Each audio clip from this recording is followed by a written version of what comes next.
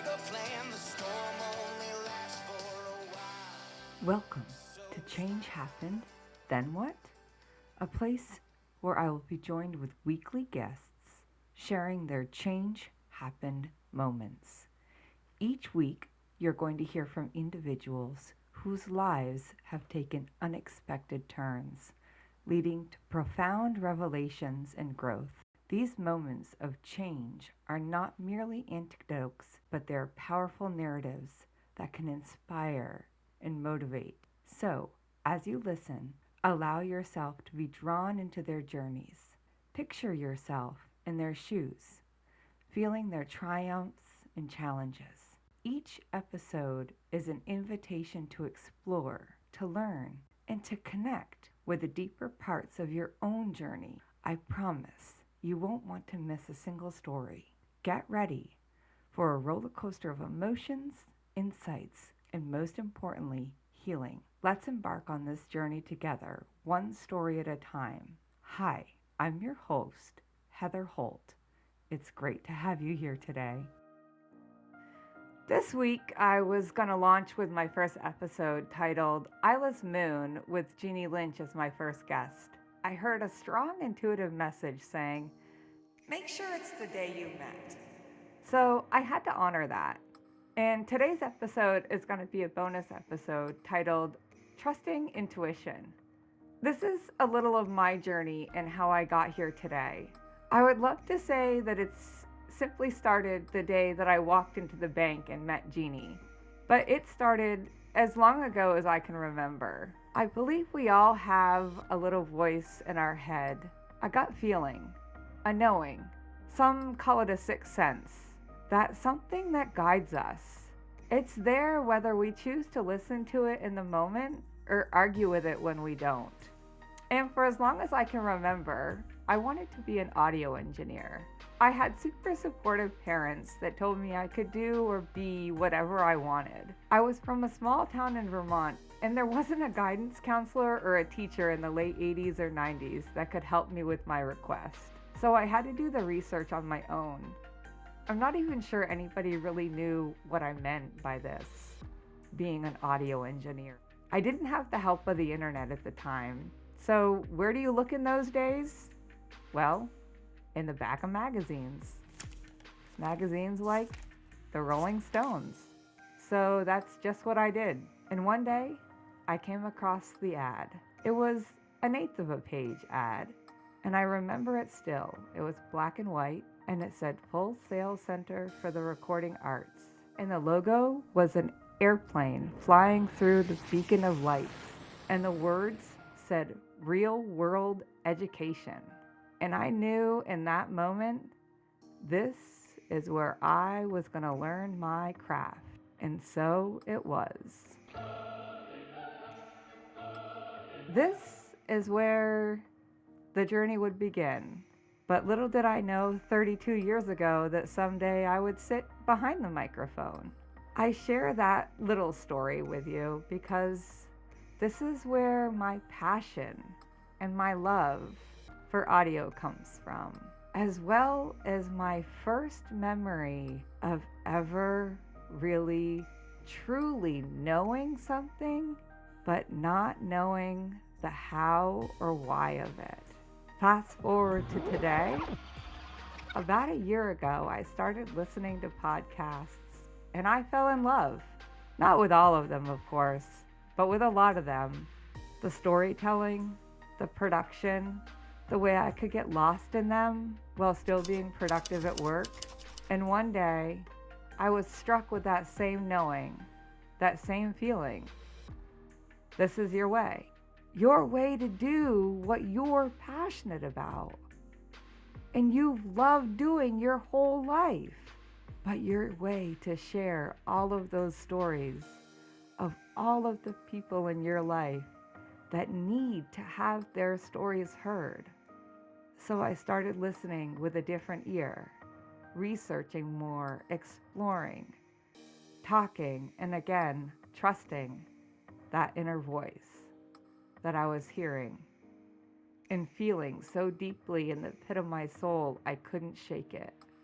And after about 6 months of sitting with this, I finally came clean to my husband, whose only response was, "Only you can do this." "Let's build you a studio," he says. I already had guests lined up for the show, and everything was falling into place perfectly. And I thought, what could be more fitting than to launch my first episode on the spring equinox this year? But no, I had to hear another message. Make sure it's the date you met. Of course, I knew what that meant. It meant find out the date that I met Jeannie, so that I could launch her episode on that date.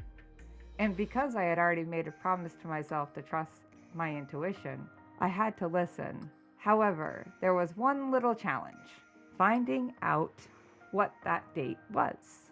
Although I knew in my heart it was around this time of year, finding the date I thought was going to prove to be a challenge, and here's why. I no longer had any documentation of the date I first met Jeannie at the bank. With all of my accounts closed and the branch no longer in business, I wasn't even sure if the branch would still have this information or if they would share it with me. So despite my uncertainty, I called first thing Monday morning and asked if they would find the date. I opened my account. After providing my personal details, the kind little voice on the other end of the phone said, "Yes, ma'am, that account was opened on March 28th, 2006. I felt those little goosebumps, or, as my good friend Teresa used to call them, duck balls, all over my body, and I knew I had to wait until March 28th to release Isla's Moon. You still may call this a little bit woo-woo and wonder why I would wait when I already had the date set. But after all these years of trusting my intuition, the answer is simple. I just don't question it anymore. I just follow it. And this date in particular is actually pretty significant. This date in my life is the day not only did I meet Jeannie Lynch 19 years ago at the bank, it was the date that I walked into the bank and asked for a business loan. Because at the time, I was opening my business called Dragonfly Gifts of Vermont, my candle company that I had started in 2003 out of the grief and loss of my brother. And it was growing, and I needed capital. That day, I walked out not only with what would then become one of my very best friends, but with the money that I needed for my new business to grow. Why did I call that bank that day? Why did I call her? What was the divine intervention that put Jeannie Lynch and Heather Holt in that office together 19 years ago? I truly believe that by listening and sharing, we help ourselves and others around us heal. This is the path that I have been walking on my whole life. Although that little voice has been guiding me for as long as I can remember, and I have mostly listened to it, I still to this day struggle with it, especially for the little things in life. But here's the day I remember when I started to listen for all of those little things. It was the day that I heard, "Make coffee." Imagine this. Here I am standing in my new beautiful lavender colored store, Candles and Creations. It's early in the morning. I'm waiting for my business partner and business consultant to show up for an early morning meeting. And that little tiny voice in my head says, "Make coffee." I say back to that voice, "I don't drink coffee," because at the time I didn't. And again I hear, "Make coffee." This goes on for about 15 minutes, and then in walks Casey, my business partner, who doesn't normally drink coffee either. And she says, "Hey, I could really go for a cup of coffee." I chuckle, and not 2 minutes later, in walks Pam, our business consultant. "Oh my God, I'm so sorry I'm late. Please tell me you have some coffee. I didn't have time to stop on the way." Now I'm laughing all the way to the coffee pot to make some coffee for our meeting. I made a cup of tea for myself, and I proceed to telling the story of why their coffee wasn't ready for them when they got there. I listen a little better now to that smaller voice. However, I still don't always follow it. Just the other day, for example, that voice told me, "Turn right instead of left." But I always go left at this intersection. I ignored it, only to find myself stuck in traffic for 15 minutes behind an accident. And had I listened, I would have avoided the delay altogether and gotten to where I needed to get to on time. And these are just a couple of the little stories of listening to the smaller voice inside of our heads. But it's that little voice in my head that has put my big voice in your ears today to share these stories of my guests with you this season.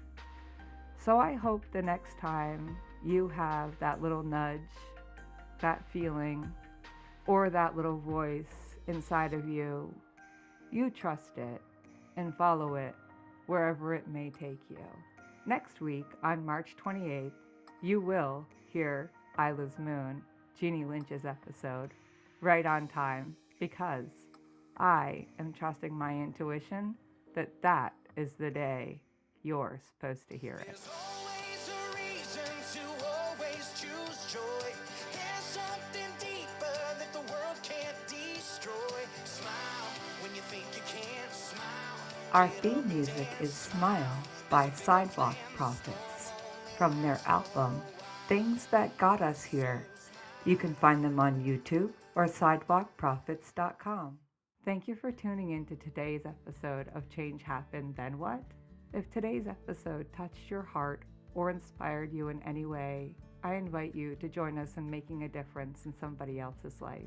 Your presence and engagement means the world to me. This can be done by making a financial contribution at changehappenedpodcast.com and click on the Support Us tab. Whether a one-time gift or a monthly commitment, it is crucial in helping me deliver more meaningful content in fueling this mission.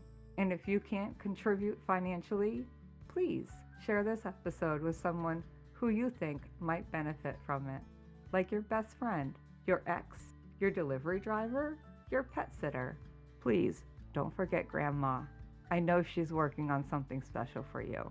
And also, your actions like subscribing, following, and commenting on Apple Music, Spotify, iHeartRadio, or wherever you listen to podcasts are vital in building this community. Together, we can create a ripple effect of change. Thank you to all of you listeners.